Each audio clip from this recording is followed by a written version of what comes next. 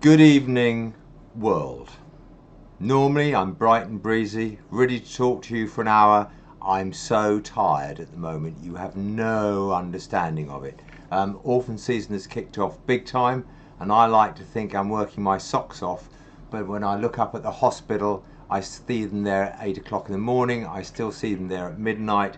Everybody is going absolutely so well for orphan season for us. They're all working their socks off, and sadly we're still having to isolate the over 70s. Now that's really thrown me off because I've got my sound up. Give me 1 second, guys. I've just cut them sound right. We're happy again. That was all. Abby's running in. I've done it. I've muted it because I'm very clever. I've muted myself. So anyway, guys, sorry, a little bit of a hiccup there. I've never seen Abby move so fast because she thinks that I'm incompetent.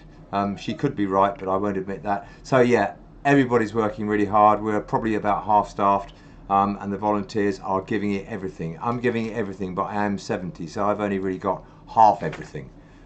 Even Laurie's working quite hard, and he's still got his bad neck. Poor Laurie from that car crash. He's still undergoing osteopathy treatment and all sorts of things. So that's going to be a long, hard slog for us because all the insurance stuff has to go through now, and it's not easy. I've spent probably an hour on the phone every day since the crash trying to get things sorted out. I've got a feeling it's going to be a battle and a half, so it might be drawbridges up and horses running. I don't know what I'm talking about tonight, really. It's all quite exciting. Laurie's about to step in and panic because I don't know what I'm talking about. So busy, very, very, very busy. We're getting rescues, we're getting up to 80 patients a day. We're getting a call nearly every 4 minutes, and if you work that out for 7 days a week, that's pretty massive. The centre is, when I say bulging at the seams, it's actually past that. Every single cage is full. We're having to move stuff, we're having to build temporary cages. It's just manic. We love it when it's busy. As I say to everybody, I'll whinge every day about this place, I'll moan about it every day, and I wouldn't stop it for the world because it's brilliant, and all the people here is what makes it so brilliant. So guys, thank you. Take a huge thank you from me. I haven't looked at any of these questions yet, but Laurie, I'm sure, will feed me some shortly. I've got a list of notes they've given me, but they've done it in normal writing. They haven't done it in Simon writing. Normally I get about a word a page when they write for me when I'm doing my voiceover work. So lots and lots going on.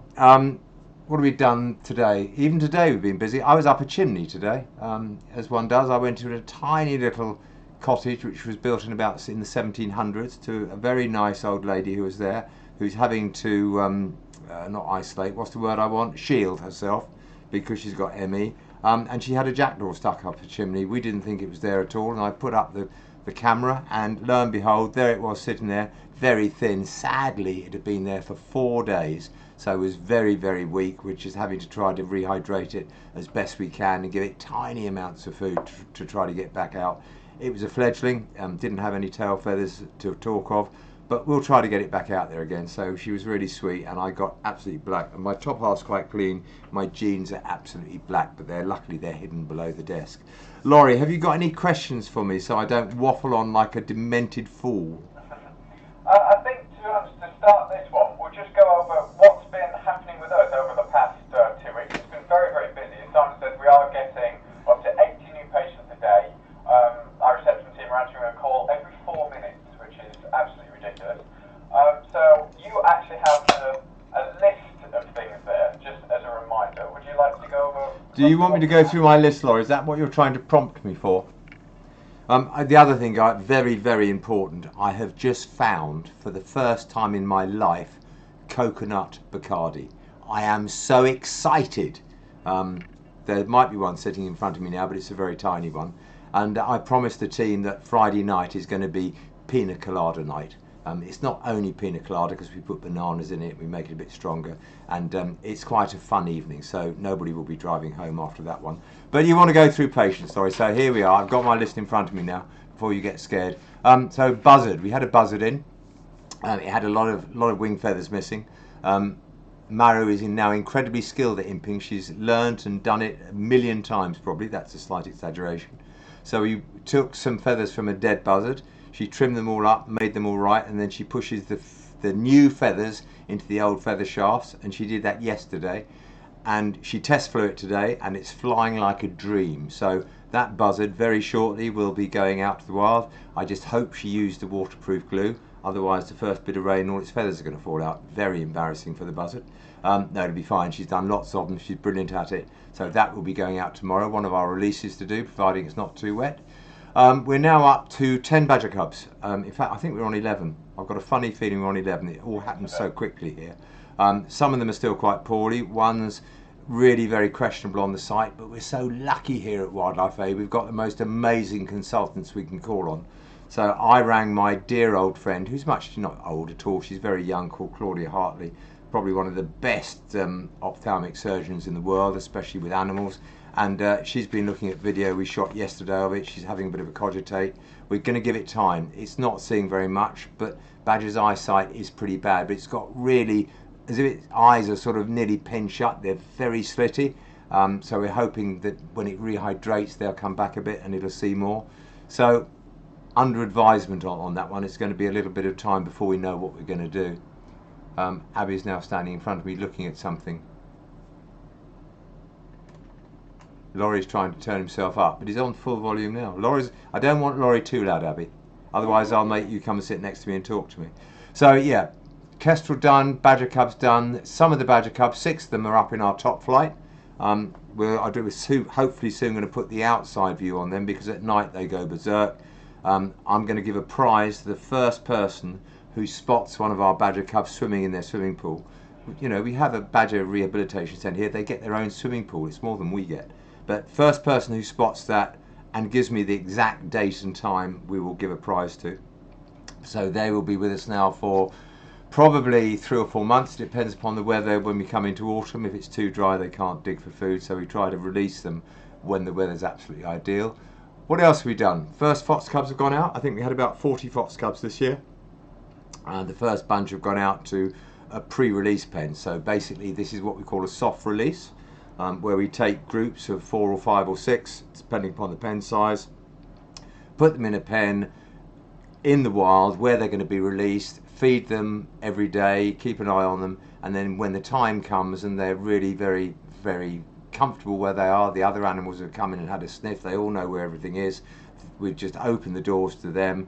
They can then go out in the wild and join the others, but we do keep feeding that pen for a while they're coming back for food, if they're struggling to find food, because they've got to have a bit of practice at that. They've only been having dead food when they've been with us, so they have to learn, probably the hard way, but we feed them for long enough and in the end they break out, and we know it works because we have people who monitor these fox cubs when they go out and see them several years later. So to me, any release that's successful is a release where the animal lasts for at least 6 months. If it does 6 months in the wild, sadly with mankind and cars and roads and everything else, it's doing quite well.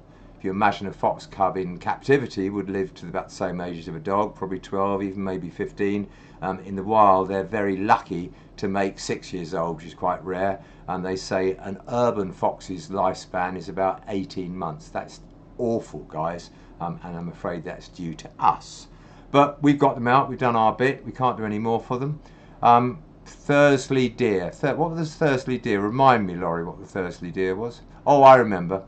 I stopped Laurie talking then. The fire brigade came rushing in the other day. There's a massive fire on Thursley Common. What do you say it was, Laurie? 150 hectares? 50 hectares. Yeah, 150 hectares, so a big fire. It will have done a lot of damage, hopefully not to the bigger animals because they would have run out the way, but the invertebrates and the slower animals, hedgehogs and some of the newts and things like that are going to be no longer with us, I'm afraid. But this, they found a young fawn really within 2 days of being born, sitting in a piece of grass, about a little patch not more than 10 feet round that it was sitting on, the only bit of that woodland that hadn't been burnt, and it was all by itself. Mum had obviously gone, as she would do, and it was brought straight in here. Fire brigade are brilliant, as they always are. They've been good to us over the years, the fire brigade, and that's now with another centre. Actually, we put it out to another centre because she had 3 or 4 deer fawns, and you know we like them to be together. So she's got this one and one other one we had in. But the next fawn we get in, we've actually now built our own unit off-site. One of our amazing supporters, Helen Chamberlain, has got a great piece of land. She's got stables, she's got everything to rear deer fawn. So the next deer fawn we get, we will be in full swing on that. We don't like taking on any projects that we know we can't do well. And deer fawns need an awful lot of time. They need to bond with the person who's feeding them for quite a while, and they have to have pretty much constant attention. So good old Helen has volunteered to be our fawn raiser, so that's pretty good news. Owl chicks, got lots of those. Tawny owl chicks, got 10 of those. They're in our small flight at the moment. I think the camera's on the webcam, isn't it, Laurie? Yes, it is. So it'll be soft focus because Laurie set it up the other day. But no, 10 tawny owls. They will stay with us now till about August, probably. It depends. We can't release them when the other owls out in the wild are still very territorial because they've got young. So we have to sort of see how things are going, and if all the other owls in the wild are dispersing, then it's safe to disperse ours as well. So that's a bit of a monitoring game, because spring seems to have sprung quite early this year. Everything's happened with a huge bang. We had an incredibly warm April in the UK, and I think everything suddenly started breeding and brooding and nesting and hatching at once. So we had a lot of things in. Hopefully it'll just bring the season forward. It won't be any difference overall. So they're going well. Kestrel chick, Laurie, you can go over this one because I know very little about the kestrel chick. Speak your mind. Yeah, so a couple of days ago we did have a young kestrel brought in. So unfortunately it was found at the base of a tree with its deceased sibling. So unfortunately it couldn't stay or be returned or anything like that. That has come back into us. It's a little thin and dehydrated, but it's doing well at the moment. So hopefully that one will grow into a beautiful kestrel. I have to say they're one of my favourite birds, so I'm quite glad of that one. We've actually got a kestrel nest up in the field, Laurie, haven't we? And Laurie goes up there with his very, very big show-off lens and takes close-ups of the kestrel from about 10 miles away. And the lens is so powerful that it takes 4 people to carry it, I think. But he gets some great shots. Great wildlife photographer, our Laurie. Great photographer. And if you ask him nicely, he'd probably share some of his pictures with you. Feel very good. And if you want to pay us lots of money, he'll probably sign some of them as well. Hey, I'm pimping you out, Laurie, now. Oh God, how much do I owe you for the plug? Oh, awful lot. Just 6.5 million? Just 50% of everything you make comes to us, plus 6.5 million up front. So that's the answer to that one. It is, guys. We've never had a year like it, to be honest, because of the speed it happened. So again, our thanks to all the staff we have got here, and for those who are over 70 who can't be here at the moment, I speak to the relevant bodies at least twice a week, begging that we can let these people come back to volunteer because they all want to. But sadly, we're not being given the go-ahead, and we can't break the guidelines, really. It's not particularly law, but we can't break the guidelines. We have to sort of follow a sensible procedure because, lockdown has happened, or the reverse of lockdown is happening quite fast. I think it's happening a bit early. So we just want to be really careful. I don't want to put anybody here in jeopardy. I can see money coming in. We're very grateful for that, aren't we, Mr. Braley? Yes, there's actually quite a lot come in on that one. So mostly Staines donated £10. But how are you feeling after the car accident we had the other week? I'm feeling fine. How about you, Laurie? I'm feeling a lot better. Thank you to everyone who's been commenting on the videos we've been putting out. That's really appreciated. I am feeling a lot better. I can now move my neck again, which is quite nice. Still undergoing treatment for it, but hopefully it shouldn't be too much longer. So, going okay so far. So lots of money coming in. And guys, I've got to give you at this stage a huge thanks. We put out this COVID appeal a few weeks ago because obviously, like all charities, they're suffering in this time. We're not getting the donations we normally get. People are still luckily managing to get in with the patients, as you can see from 80 patients today. But money is difficult to get, and we've already raised a staggering £12,000, so just over £12,000. Thank you all so much. So I'm going to give that one last push tonight. Have a look at the video that we did with it. I'm sure Laurie is putting up a link as we speak, or will do very shortly. So yeah, if we could just push that a bit high, it would be brilliant. And when you think about it, it's terrible really, because it costs us about £1,700 to £1,800 a day to run this centre. So if you divide that into 12,000, it's not a lot of days, but every single penny helps. So if we can push that a bit higher, Ricky Gervais did a chat about it about a week ago now, and raised some more money. So thank you, Ricky and Jane, both of whom are patients. My heavens above, I shouldn't have had that drink, should I? Are patrons of ours. So Ricky's been a patron for a long time. That in itself is quite a funny story. I was on holiday in Greece, and I got a phone call. The chap said, "It's Ricky Gervais here." Now, knowing my cameraman Jim, as I do so well, I thought he was taking the Michael. So I was just about to be incredibly rude because he's, passing himself off as Ricky Gervais. And I suddenly thought to myself, oh, I wonder if it is. And it actually was Ricky Gervais. He'd rung me up to say he'd be delighted to be a patron. And he has been for I think over 10 years now. And last year, I think, or the year before, Jane Fallon, his girlfriend, agreed to be a patron as well. So thank you to them. They are both absolute advocates to make sure we do the right thing for animals. They're so supportive of all animal charities, and we need more people like that. So great stuff from them. That helped as well. So everybody's trying to help us, aren't they, Laurie? And I need a lot of help at my age. How about you? Yeah, they are. We are incredibly grateful for all the support at the moment, especially what Simon says to the volunteers that are helping keeping us running, and a lot of people who are collecting things and doing rescues and coming in for extra shifts and working on reception when they haven't before. We are all incredibly grateful for that one. And of course for you guys for your support, for watching our videos, for commenting, for donating. It absolutely means the world. So a couple more donations have come in. Lindsay Taylor has donated £20 and has put, is there any medicine we can put in food for a fox with mange that will not hurt the stray cats as they eat it? Now, Lou has actually put a link in the comment. There is something you can buy, it's called Sorinum. It's effectively an immuno booster as homeopathic treatment, and that put in food with sort of regular support feeding can help the fox to recover from the mange. So you can get that on our website, or there are other places to get that one as well. Darren Coombs has donated £25 and put, sorry can't be there to volunteer, but hopefully I'll be back soon. We look forward to seeing you when you're back. Hopefully it won't be too much longer. Pernilla Berg has donated 50 Swedish krona, I believe, and has put, Sweden has just added a law that all outdoor cats have to be sterilised, so happy about that one. There is quite a problem, unfortunately, with feral cats, so anything that can help curb that is always good. Ab City has donated $3.99 in US dollars and has put, thank you for what you do, I love animals, that's great to hear, thank you. And Jai, or Hi, I'm not sure about that one, apologies, has donated $20 US and has put, hi Simon, donating every week to the cause, every cent helps a life. Thank you, that's a really nice way of putting it. That is very generous, thank you so much. Now obviously the next thing we've got is this new wildlife aid centre we're trying to build. I think this is a big ask, we're not going to ask for it, but I mean it's weird how easy it could happen. We've got 400,000 people following us. If they all donated £10, I think that would give us 4 million. It sounds so easy, doesn't it? There's over 6 million people living in Surrey. If everybody gave us £1, we could build a new centre. It will come in the end. I always believe where there's a will, there's a way. So we're looking to raise some big money, but it will be the most amazing place. It'll be educational as well as all the work we do and more of the work we do. So we're still trying to do that. We are actually starting to build the wetlands this month, hopefully. It might slip into July, but starting it probably in June.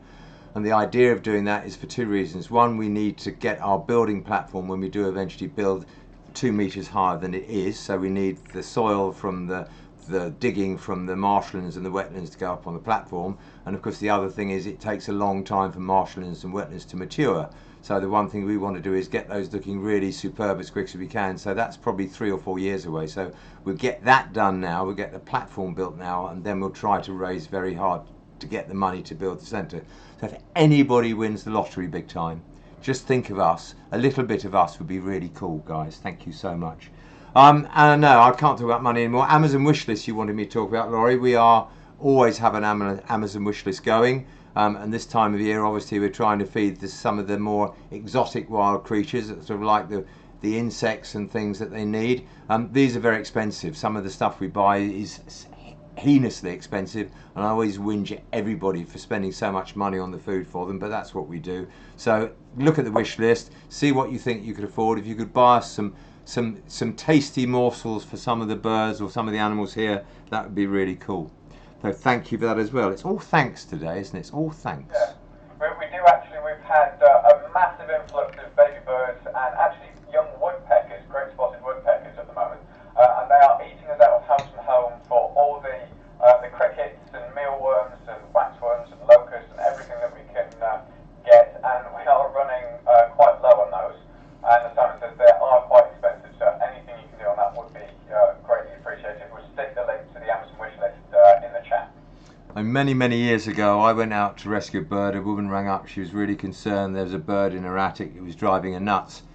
So out we went. You've probably all heard this story a million times, and lo and behold, there's this very high-pitched sort of squeaky type noise coming, and we looked and we searched and whatever, and just as we were just about to give up, lo and behold, on the inside of the attic hatch was one of these smoke or fire alarm detector things that bleeps when the battery's low. And this is what it was like. And you know, we even put a new battery in for her and said, please don't call us again. We've been out for a few of those. But I walked past the office the other morning, I thought, God, the smoke detector's going off. And what it was actually, it took me a long time to find out, it was the 10 baby woodpeckers shrieking for food, and they sounded just like a smoke detector battery, flat battery. So every time I walk past now, I get caught in a shock of remembering this event that we did all these years ago. They are the noisiest creatures we've ever got. I think, Laurie, you put a couple of posts up about them, a couple of noise tweets about them. Yeah, we put quite a few videos out on our sort of Facebook and Instagram and Twitter pages about them. They don't shut up at all. There are some that will keep tweeting throughout the night. Most of them will sort of quieten down about 11 o'clock and start about 5, 6 o'clock in the morning. But it's been interesting. Naomi, our hospital coordinator, and Alana, one of our volunteers, have had them for probably about 2 weeks. So I think they deserve to catch up on sleep fairly soon. Now they're moving to our aviary. They should be fledging quite soon, thank heavens above, because not only are they quite noisy, but they're actually quite smelly as well. I thought it was Laurie to start with, but apparently it's not. It is the woodpeckers. I do smell as well, though. Yeah, true, very true. I don't tell him too much, especially in front of any people, so nobody can ever hear that he smells so badly. What else we got on? So we did we had a great rescue yesterday, didn't we? It was quite interesting. We actually had our boat that we use for the smaller rescues has come to an untimely death. Sadly, it's got 2 big cracks along both of its floats, so it's coming to end. So we had to rush out and buy a new rib, which we're going to fundraise for, aren't we, Laurie? I think shortly. So if anybody wants to help us buy the new rib, that would be really kind, because we need something that works so we can get things quickly. But we took it out yesterday to a rescue. We had one of our supporters rang us up saying they had a cygnet, mum and dad, and just one single cygnet, and it had fishing line hanging out of its mouth. So we went whizzing off to the Thames. Luckily they had a boat, so we didn't have to make Laurie blow up our inflatable, because that would have taken about 3 days. But we went off to have a look, and we found them. We found the cygnet, and it had something dangling from its mouth. So we very carefully tried to sort of corral them into a bit of water and grab the cygnet. That was all sort of all right until we actually grabbed the cygnet. And then, as you can imagine, all hell broke loose. The 2 adults were not happy. They were trying to get in the boat with us, and they're very aggressive. They really didn't like us taking the baby. I can't blame them. So very quickly we checked the baby out. We were very worried because it wasn't using one of its legs at all. Even if it was swimming quite fast, one leg was tucked up, and I was worried that was either stuck in fishing line or there was some deformity with it. But when we got it up on the boat, everything was absolutely fine. Mouth was clear, leg was good. So we put it back in the water very quickly. The adults still weren't very happy to start with. It took us a while to shake them off. They were quite scary. I mean, they do come for you quite big time. You just got to sort of make yourself look big and pray they don't hurt you. But everything was returned well. That went back. They went back into the water, and mum and dad and baby swam off together. But sad, out of the 3 cygnets they had, they only had 1 left. So I really hope this one makes it. Anything else, Laurie, that I'm missing all this chat going on the screen? I haven't looked at any of it yet. I've been good. There's been quite a few. So Flutterby 0704 is asking, how is all the work going with the insurance for the replacement car and the rescue kit that got damaged? Just phone calls and me getting very aggressive, them being very awkward and unpleasant. I mean, I hate dealing with insurance people. It's now dealt with by what they call all these specialist firms. And I like the old days when you rang up your insurance broker and he sorted it out, and you knew him, he knew you, and it was all easy. Nowadays, it seems to be a job for the lads, I think, really. It's very hard to get any money out of anyone. And this is going to be an expensive claim because we had a lot of camera equipment in the car, which was absolutely ruined. We had Laurie in the car, who was pretty ruined temporarily, and a car that was absolutely ruined. So hopefully we'll get some back. We should get the car back. Hopefully we'll get some of the camera equipment. I suspect we won't get it all, but we will try very hard. I can be a hard man when I need to be. I nearly used the swear word then, but I avoided it, Laurie. Keep it clean. Keep it clean, squeaky clean here. Robert Dunkley has put,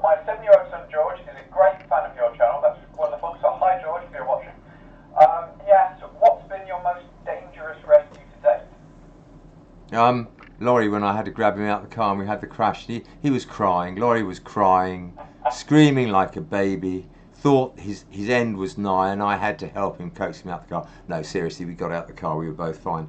Dangerous rescue to date. There's been several, I suppose, over the years.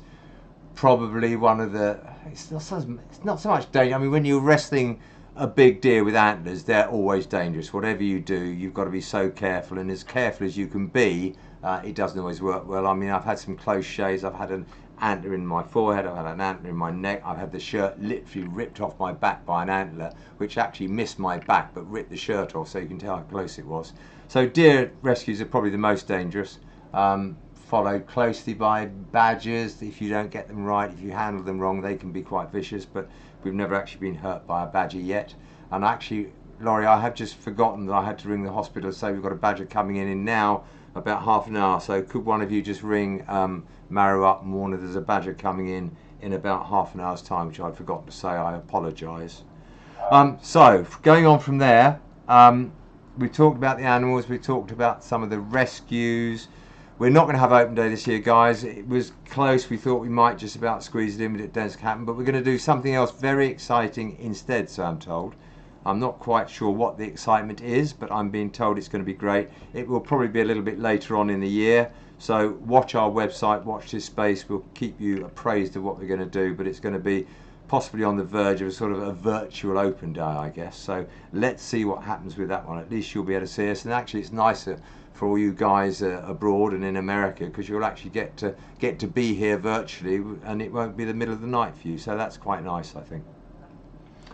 Linda Harwood has asked, Simon, what are some of the things that people can do to help kids stuck in shelter in place to promote wildlife?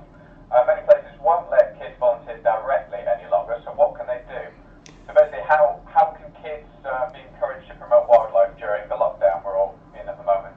Well, we did, some of you might remember, we actually started IDOT just before the lockdown, which was stinking timing on our part, sadly, because it all sort of was gained into schools. Schools were picking it up. IDOT is the principle of I do one thing. So if everybody in the UK, for instance, did one thing a day, picked up a piece of litter, built a hedgehog, all sorts of things, anything, simple actions, don't cost a lot of money, just did one thing a day, that would help wildlife. So IDOT will come back into force. Abby is waiting to sort of push it again. At the moment, we're just holding it back because schools aren't there. So apart from obviously doing the things to help wildlife directly, picking up the litter, picking up rubber bands, getting your dad to leave a wildlife area in the garden, so that's all good for it.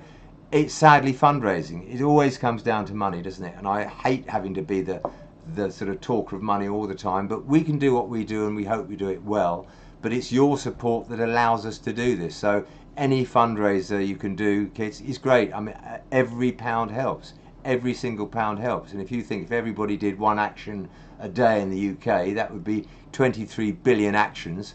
So if everybody raised £1 in the UK, that would be 60 million pounds just once a year. So lots you can do. I mean, just think laterally and tell your friends what you've done. Get them to get excited about it, because you know litter does harm thousands and thousands and thousands of animals a year. So anything you can do to help and save an animal is great. So money helps, but actually helping the wildlife is so vitally important. And get your friends excited about it too, because we need the wildlife, we need the habitat, and we need to keep our planet intact.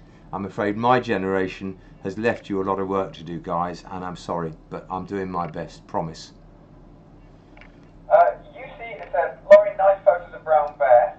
Thank you very much for that. Were you in Eastern Finland or Northern Finland filming them? I was actually right up near Martin Selkinen, sort of right close to the Russian border. We sort of had a little mobile hide that we took around. That was one of the best things I've done recently. I love Finland. It's an absolutely beautiful country. I was very lucky to see brown bears, wolverine. Didn't see lynx or wolves, but I will be going back because it's probably my favourite country in the world at the moment. You haven't booked any holiday off yet, Laurie, so you can't go. Sorry, mate. No, I was meant to be in Scotland at the moment, trying to photograph white-tailed sea eagles, but obviously with everything happening, that's not happening. See, I had to find a way to keep you here, so you see my immense power now, don't you? I can stop you going anywhere. You can organise a pandemic. Guys, I hope you've all survived the pandemic. Hopefully we're coming out of it. I hope we don't get a second peak, but I'm afraid the cynical side of me thinks we will. So don't get too blasé about it when we all break cover. Still continue to be careful, please, because if we get a second peak, it's going to be quite unpleasant.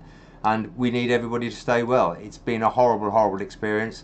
I was hoping, and I still am hoping, that it presents a bit of a new norm in the world. I think people realise that things have slowed down, and whether they've enjoyed it. I know usually when I go to Tesco's doing my shopping, I go whizzing around Tesco's, and because you can't whiz anymore, so you take more time, and you actually, it's quite nice to get a bit of breathing space. So I'd love to hear your stories about how you've coped with being shut away, what insight it's given you, what sort of benefits do you think it's brought to you. And I just hope we do go to a far better new second norm, and I'm going to use this word once and only once tonight, and that we're going to go through a paradigm shift. You do like that phrase, don't you? I love that phrase. Nobody yet on these chats has ever picked up on it, and I'm very, very sad about that. So if you want to make an old man happy, Google paradigm shift, have a look at it, and you'll realise that that's exactly what we need to go through. A certain person has entered the chat with a donation of €100. So hello to Sven. Thank you once again. That is every single live stream we've done without fail. You've donated that. That is just astronomical. Thank you very, very much. And he's asked, do we get a lot of cases with fishing lines? Yeah, we get loads.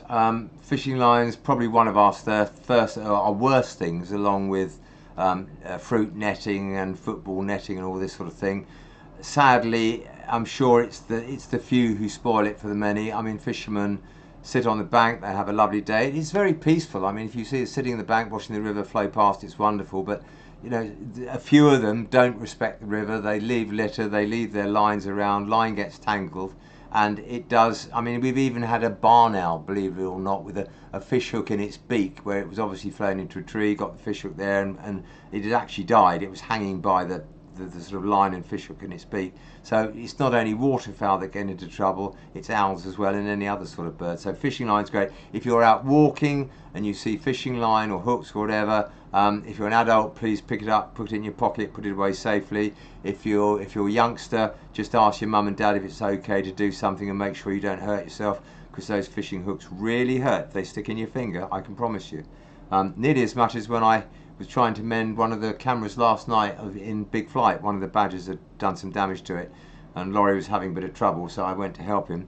And I was hitting the cover off with quite a large hammer, and on about the 5th or 6th blow, I completely missed what I was hitting and hit my thumb full out. And if you want to hear bad language, I'm afraid there was some very, very loud bad language for a minute. I'm all black and blue now. I've got a poorly thumb, and all Laurie does is laugh about it all day. I've only just stopped laughing. I know, he's so cruel. There's a lot of sympathy here at WildlifeAid.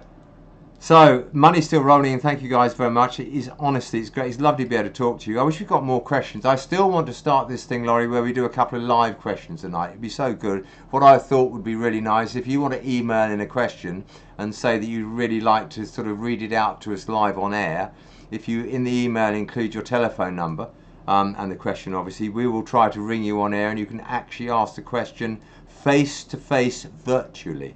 So if anybody fancies doing that next time when we go on the live chat, please think about it. Good question, get to speak directly. It's better than me having to read scrolling figures, which I don't get a chance to look at because Laurie and Abby are keeping up to speed with that. I get to free very few. I just see when the pink and the yellows come up and it's money coming in, and I get very excited. It doesn't take much at my age to get me excited, guys, I'll tell you. Speaking of donations, Lacey Taylor donated £10 and has put, Laurie, you may do this already, but have you thought of doing some wildlife photography training sessions to raise money? And that donation is from her friend Lewis, so thank you very much to you both. We've not actually thought of that. I do a lot of talks and things like that. I've done a lot of things like that. I've done the odd sort of training thing and written the odd article for a couple of magazines, but I've never really done anything more. If that is something that you or any of you guys would be interested in, please let us know and we'll see what we can do. I'm more than happy to try and do something like that. David has donated 900 Czech koruna. So, how much is that in real money? We need an immediate converter on those, Laurie. I've no idea what some of this money is. About 30 quid. Thank you very much. You're very quick, Laurie. You've Yeah, obviously... I've Googled it already. Okay, well there you are. Very quick on I that. didn't know what the currency was. I apologise for that one, so I had to look up the currency. And it's got onwards badge reveal. Really sorry about the car. Thank you very much. Hope the situation resolves itself. Sorry YouTube won't allow me to use. I believe that's the pound symbol. So thank you very much, David. Mary Halligan has donated $50 US as well. So thank you very much to you all. That is absolutely incredible. We don't get, as Simon said before, we don't get any funds from the government or any other agencies. We rely entirely on public donations to keep running. So everything that we do and everything that you can see is only possible thanks to your generosity. So thank you very much. We've got a fundraiser. We've got a lady doing a fundraiser for us, haven't we, Laurie? Soon, was it Mila? Yeah. Mila, who's her 40th, so she's still a spring chicken. When you get to my age, even 50 is a spring chicken. Come to that, so 60. Oh, I'm so old. But she's going to do a fundraiser, Facebook fundraiser for her birthday because she can't go away, which is what she was going to do. So, Mila, thank you very much for that. May all your friends be very generous, and we will be even more grateful. Thank you for that one. Having a look at some of the questions. Adam has asked, hi Simon, I have a carrion crow eating my tree in my garden, and I believe in food out, but there's been no sign of young yet. Do you know roughly how long it will take for the eggs to hatch, if they do have eggs? You should have Googled that and given me the answer first. I mean, most birds is something very small, like it's anything from sort of 2 weeks to 30 days. I don't know what crows are. It's actually quite quick, and when you think, you go from egg to fully mature within 16 weeks, it's so fast, the bird life, from egg to fully mature in 16 weeks. I'm 68 and I'm still not fully mature, and Laurie's 25 and is still in nappies, so there's not much hope for us really. But yes, it is quite quick. Remember guys, because we had an incident with this today with a jackdaw. Somebody was really terrified because there was a young jackdaw on the ground, not the one we rescued, but another one, and we got all sorts of calls saying it's going to get attacked and it's going to get hurt. Remember the corvids, the jackdaws, the magpies, all these sort of birds, the crows, when they fledge, they sometimes don't fly for 3 or 4 days, so they'll be on the ground hopping around. Mum and Dad will be there, A, protecting them, and B, feeding them, which is really important. So if you get sort of dive bombed by a crow or a jackdaw or something, which does happen this time of year, people think they're trying to attack you. All they're actually doing is trying to protect their young, and if you look down, you'll probably see a youngster hopping around somewhere, and you're in the direct line of fire. So just give them a bit of space. They won't attack you, I promise, and if they do, I'm insured. But yeah, just keep an eye on them. They don't fly straight away, but they will, they'll make it. I mean, nature is tough, it is cruel. I mean, we had a really sad incident this year when we had some blue tits that just been hatched. They'd been with us and going quite well for about 10 days, I think, Laurie, roughly that. And suddenly we saw a sparrow go into the nest box and kill a couple of the babies. I mean, I've never seen that before. I've seen woodpeckers and things like that doing, but never a sparrow. That was absolutely shattered us, and of course we weren't there to stop it. We only saw it on the cameras afterwards. But yeah, nature's tough. Mankind are even tougher and harder and horribler. But yeah, try to just protect the young when you can, but remember the parents do a very good job of it, especially swans when they tried to attack Laurie and I yesterday. Inspection period for crows is 18 days, just from laying to when they hatch. So hopefully if your and how long do they stay in the nest for, Laurie? You've obviously got the page up. No, I've only got the incubated period. The young remain in the nest for 28 to 35 days. Okay, so that's quite a long time in the nest. A lot of birds go quicker than that, but it's all quite quick. I mean, within 16 weeks, I think just about every bird in the country has gone from egg to fully mature. Yeah, so it's absolutely ridiculous how quick. It's very fast. And obviously in this weather, guys, I know we're going to, if you're in the UK, particularly the weather's turned a bit unhot today and unsunny and a tiny bit of rain, but only tiny. Even if we stay dark and cloudy for the next week, the ground is rock solid. And what you've got to think that all these young are being born, the parents will try to teach them how to find food, but if the ground's very hard, the parents know they've got to persevere and get down through the hard ground to where they want to get to for food. The young won't. So please do put out water on the ground for the mammals, up high for the birds, and maybe even if you just water a bit of your garden, at least that will give some soft ground for some of the animals to eat. If they're really bad, put out a bit of food, but not too much. We don't want to, we don't want to encourage them to make life too easy, but that's always helpful as well. And just try to be very aware, because if they are malnourished or dehydrated or whatever, they need to come into a wildlife centre.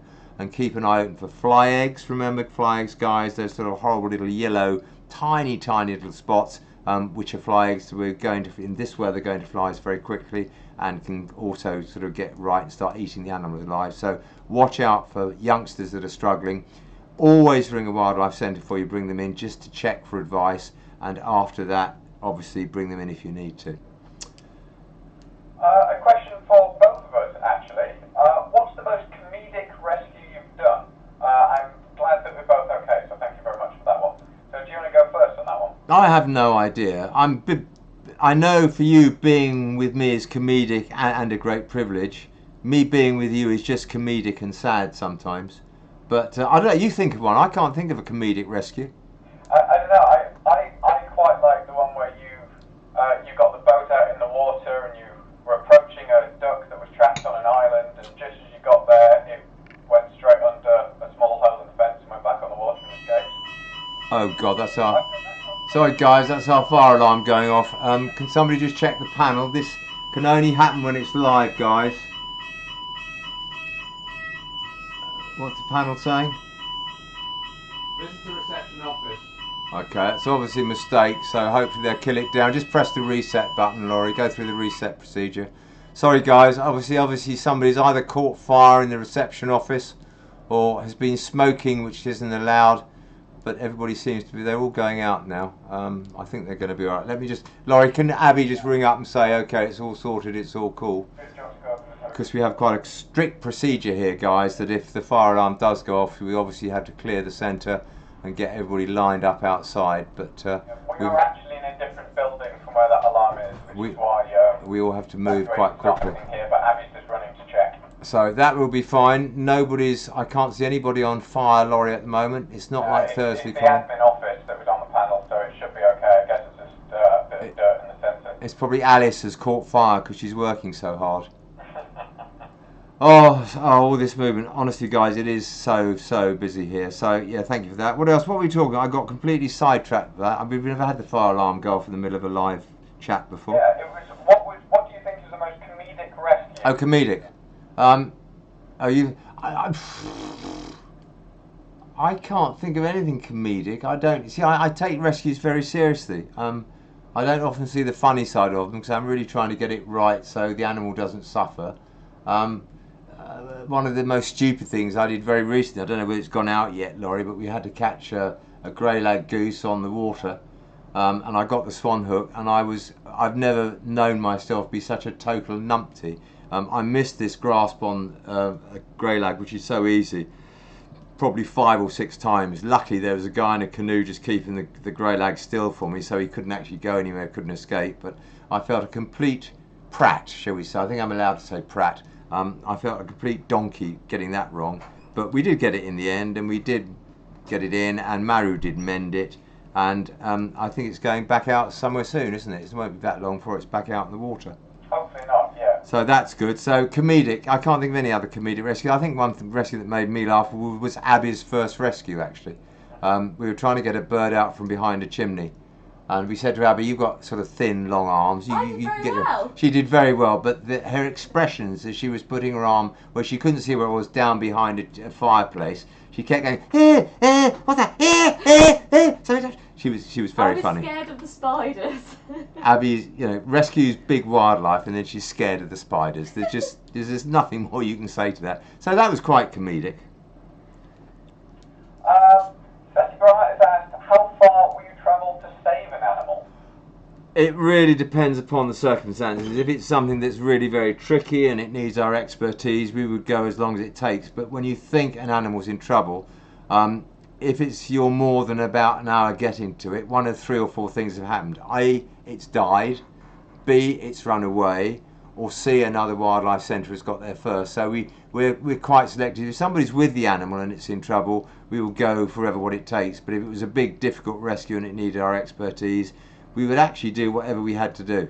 If you want me to come out to Finland or to Sweden or to Denmark or to Holland to rescue something, I'd be more than delighted to accept the gracious airfare you send and come and rescue it. And Laurie and I can give a joint talk. and my talks are far better than Laurie's and far more comedic than Laurie. So yeah, I've always wanted to go and talk more. I'd love to do big talks. We do talks here all the time, but it would be nice to go abroad, and I know we've got a massive fan base in Holland, which is fantastic.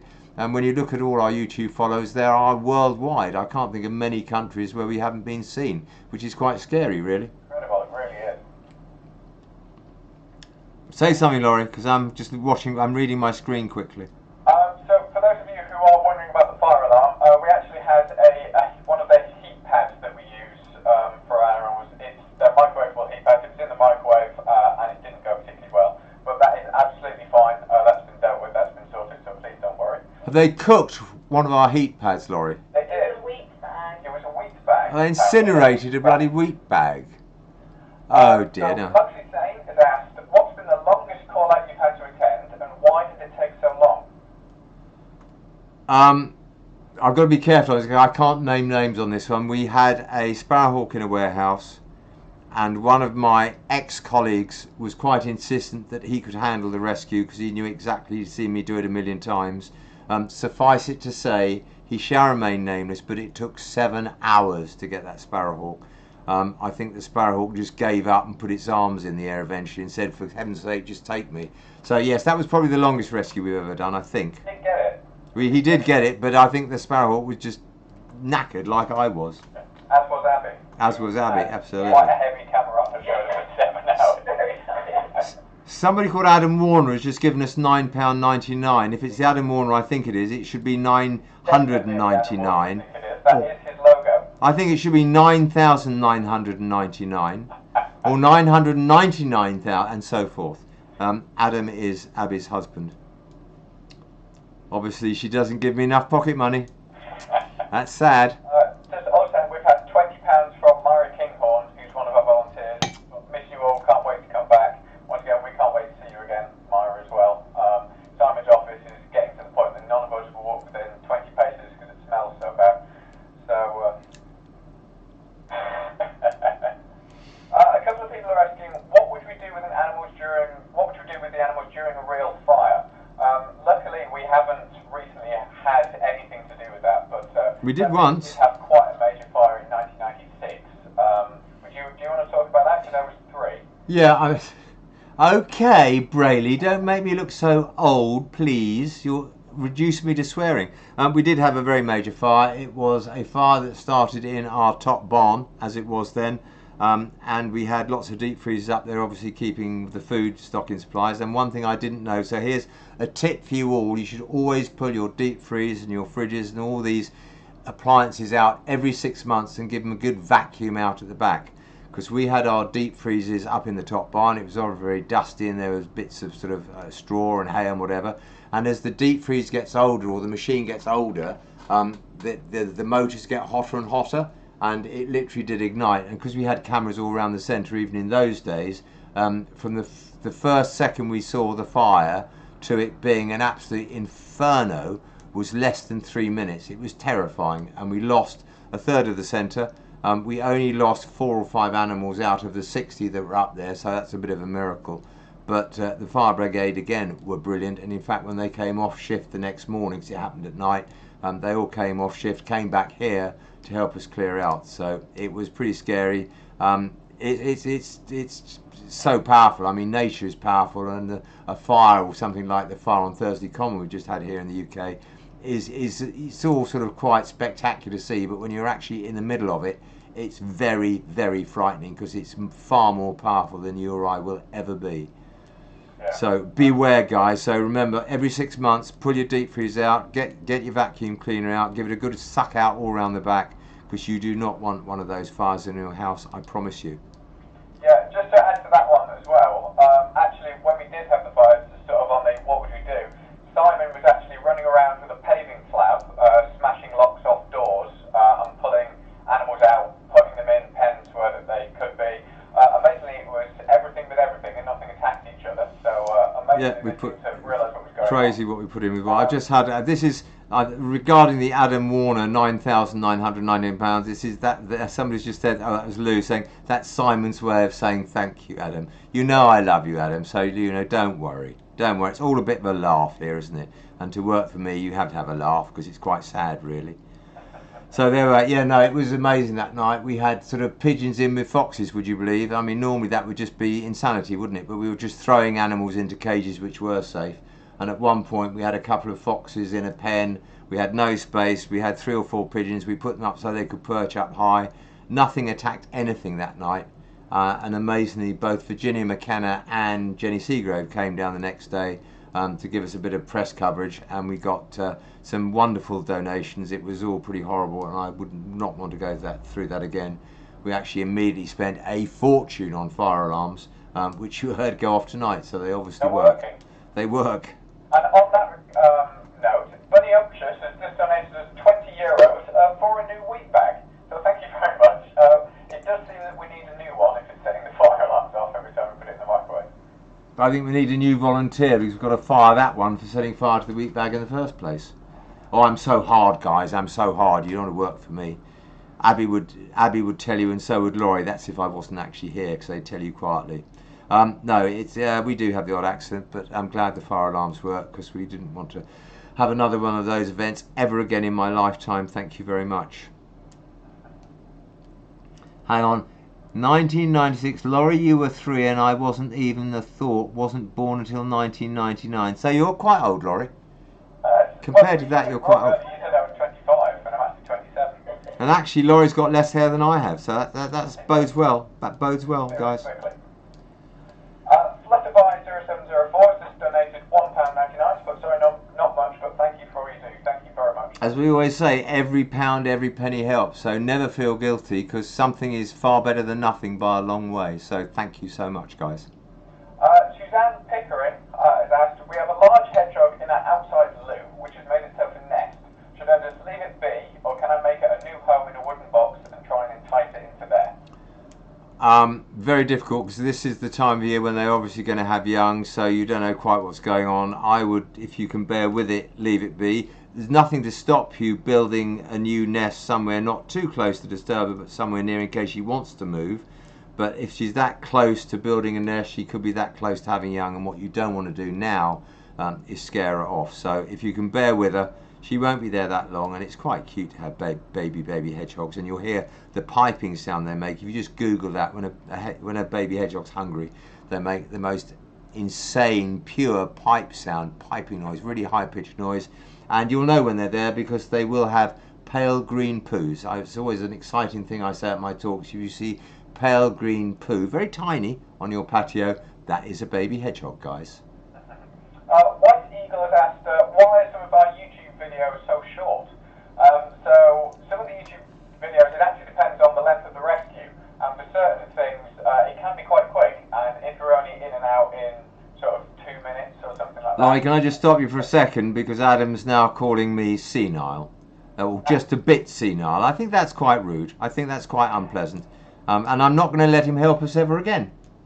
Adam has actually been regularly coming in to help out because we're short of volunteers at the moment, so thank you, Adam. And he's going to be in charge of all our time-lapse stuff for the wetlands. When we build the wetlands, which is starting soon, we're going to do a time-lapse of the whole thing.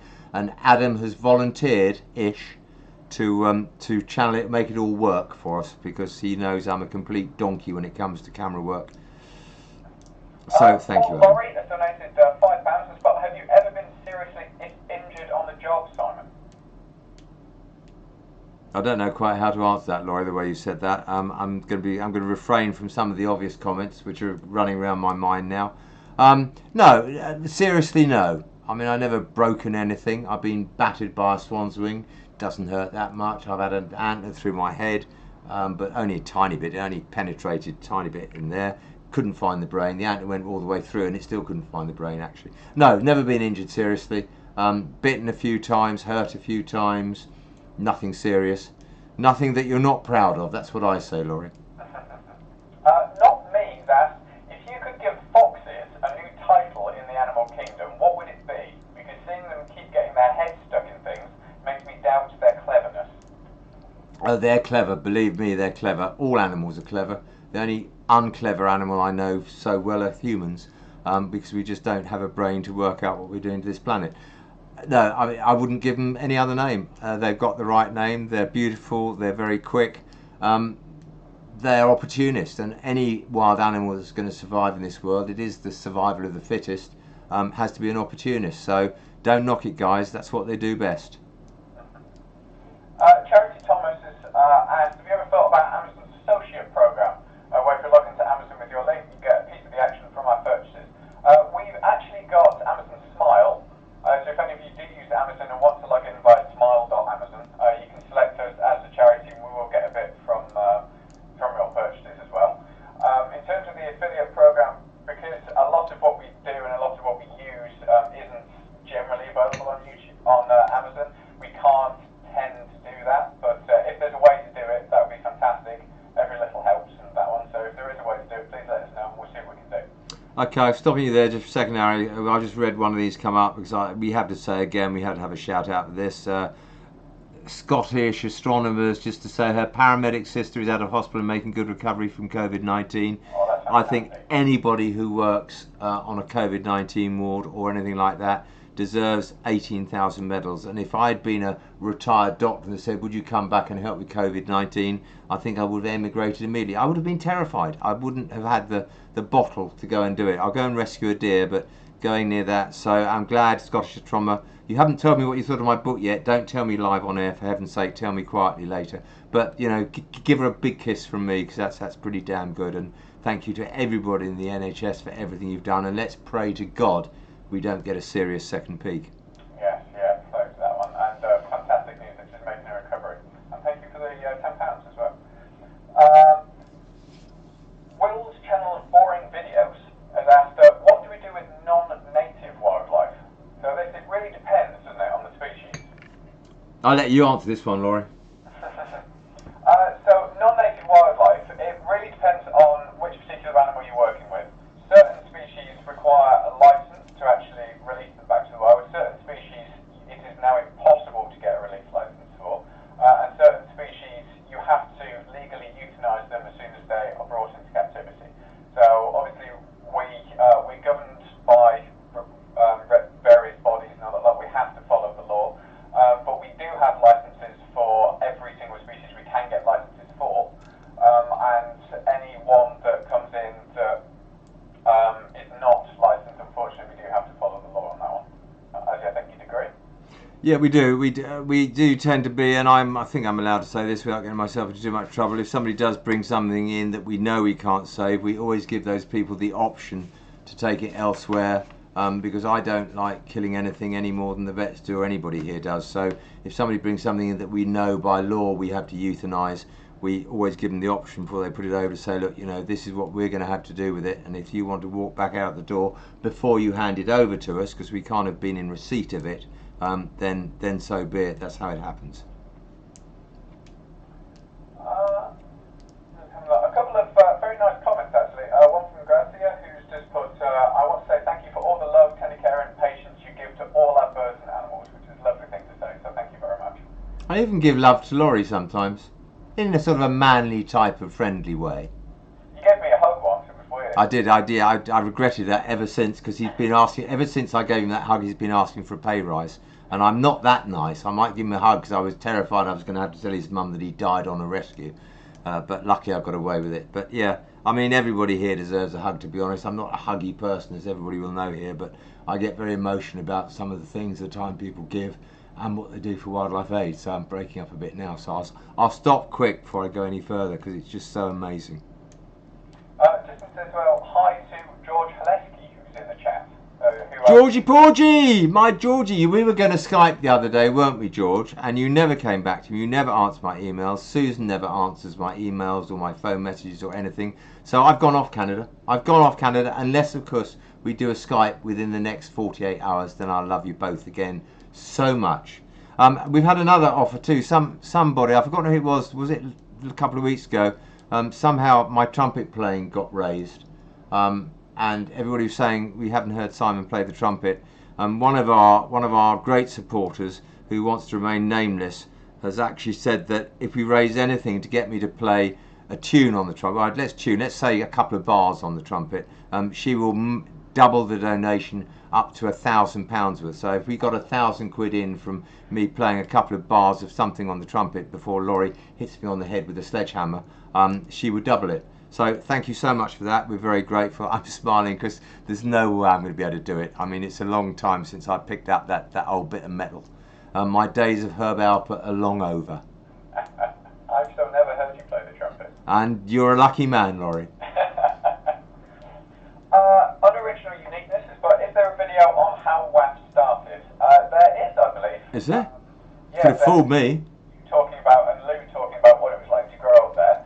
So Lou is Simon's daughter. So it did start in Simon's house. When did we become a charity? 1980? 1987 we became a charity. We started WAF, or Wildlife Aid, or it was called Randall's Wildlife Rehabilitation Centre back in 1980. Catchy. And it became Wildlife Aid. Shut up, Laurie. And it became Wildlife Aid. It became a charity in September 87. September 87 we became a charity. So it's been going a heck of a long time, young man. Yeah. But so we did start in the house.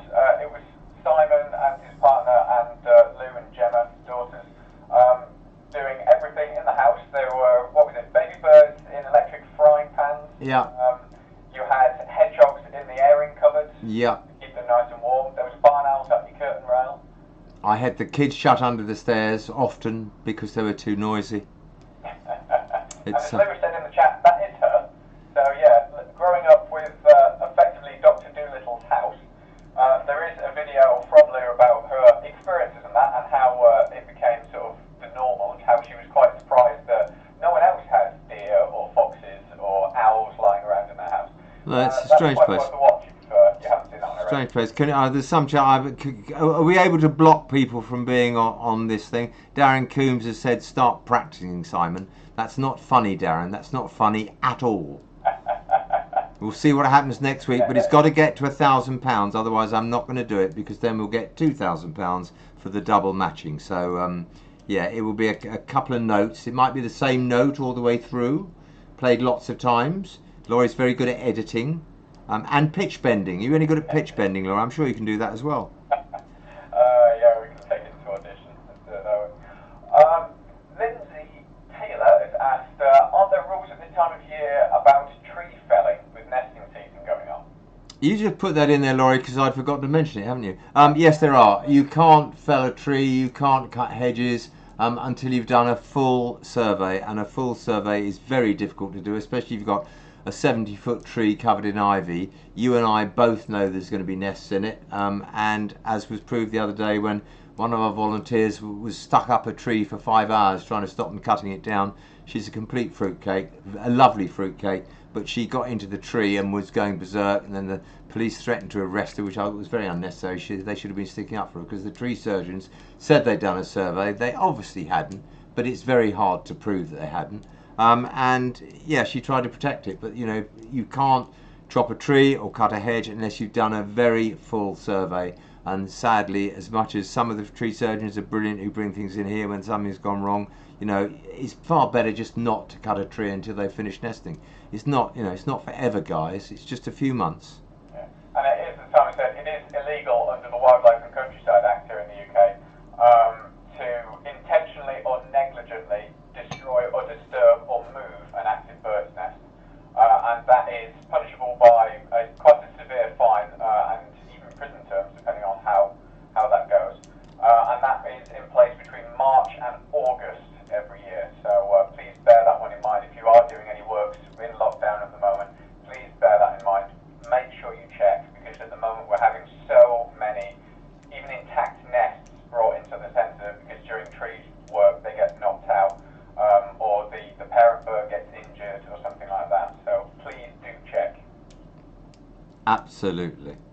Very important. The chat's still going. Everybody's talking to everybody else apart from me. There's George Holowski talking to all these people all over the place. He won't ring me up. Never speaks to me. And now he's saying we don't want to see him on Skype because his hair's so long. A couple more donations have come in. Gillian Robinson has donated £5, so thank you very much. Curtis has donated £3, but thank you, Swan Man. So thank you very much. And Hi Jai, I'm still not sure how to pronounce that, apologies, has donated $2 and has put, does WAF need a new heat I think it's been done, hasn't it? I think. Yeah, we're very quick in trying to sell things like that, especially at the moment. We are running quite low on those. So, We are. So we've done an hour. A question I'd like to ask everybody, actually, because we've been doing this during the sort of lockdown period. We've been doing these YouTube live sessions every 2 weeks. I'd just like to know from you, in all seriousness, and be honest, please, we won't be offended, whether you'd like us to keep doing these things every 2 weeks, or whether we should go back to once a month. I'm open to your suggestions anytime. Answers on an email or something else so we can read them. But yeah, let us know. Or anything you'd like to change. If you'd like us to do a slightly different format, if you'd like to do something totally different, you know, just tell us what you'd like, and if we can possibly do it, we will, within reason, of course. so just the last couple of questions now. So we are going to wrap up very soon. So please, if you do have a question, leave it in the chat. We'll just see if we can get to it before we go. Have you ever rescued animals that live in water? So we actually had a goldfish in the way that was brought into us a couple of years ago. It was dropped by a heron in someone's garden. We've had that, and we've had our PR guy, Nick, who actually ghosted my book for me. We weren't here, and there were 2 pike stuck in a sort of a muddy puddle. And Nick had to go out and rescue these pike. Nick's a very clean, well-dressed person, I hasten to add, very well-dressed. And he saw this sort of muddy, marshy land. So instead of getting dirty, he got a couple of dustbin lids and used them rather like Gene Kelly when he was dancing in the street on the, what's that song? Can't think of it anyway, but going back a long time shows how old I am. And he went out, rescued these 2 pike by standing on dustbin lids so he didn't get his shoes dirty or wet, and released them back again. So even our PR guy gets roped in to do rescues. Thank you, Nick, very much indeed. Moongate07 has asked, how do we deal with rabies?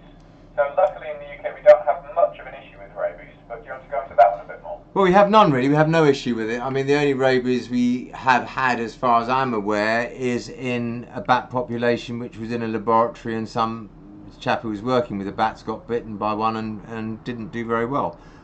It's not in the wild as far as I'm aware. Nobody has ever been killed or hurt or got rabies from an animal in the wild in the UK.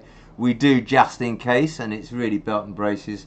We offer all our volunteers the option to get an injection against rabies, just in case, which in fact, if you work for a wildlife hospital, they had to do by law. They don't have to charge you for it. You can ask for it because you work at a wildlife hospital if you get a letter of authority. So yes, we do have it. I don't think we'll ever need it, but just in case, rather like the PPE we're all wearing at the moment. Look, here it is. You can tell I'm isolated because I'm all at my desk, but I've got PPE mask and face mask and gloves everywhere, because when we're together we all put everything on because we just want to keep each other safe and we want to do the right thing, guys. So that's what we do. Yeah. So just wrapping up now, so in the chat a lot of people saying please keep it to every 2 weeks, so I think we will on that one, especially from Adam Warner, who's put 2 weeks please to keep Abby away for an extra hour. We will do that one for you, Adam, but you owe us. No, right. And you're going to probably get a slap when you get home. I think that is £999.99 now. I think Adam's just signed his own death warrant. So if Abby's not here anymore, it's because she's in prison For killing Adam. killing her husband. I'm not a violent person. Guys, we should wind it up really. It's 20:08. Do send us some notes. Do send us some emails. Let us know whether you'd like to do this every 2 weeks or go back to every month. And if you'd like to ever ask a question live during this, please send us an email with the question and your telephone number, and we will do our very best to ring you up. Yeah, Won't we, Laurie? Yes, so we'll certainly give it a go, certainly. And I think on that note, for Moongazer07, he's asking, please tell us if you rescued fish. We did go for a story a couple of minutes ago about that one. We've done 2 main fish rescues. One was pike, and the other one was a goldfish that was dropped from someone's garden.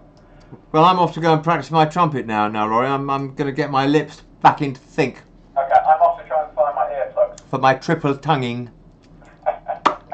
Guys, thanks so much. Please let us know about the 2 weeks a month thing. Please let us know if you'd like to ring us or anything you'd like us to change about this.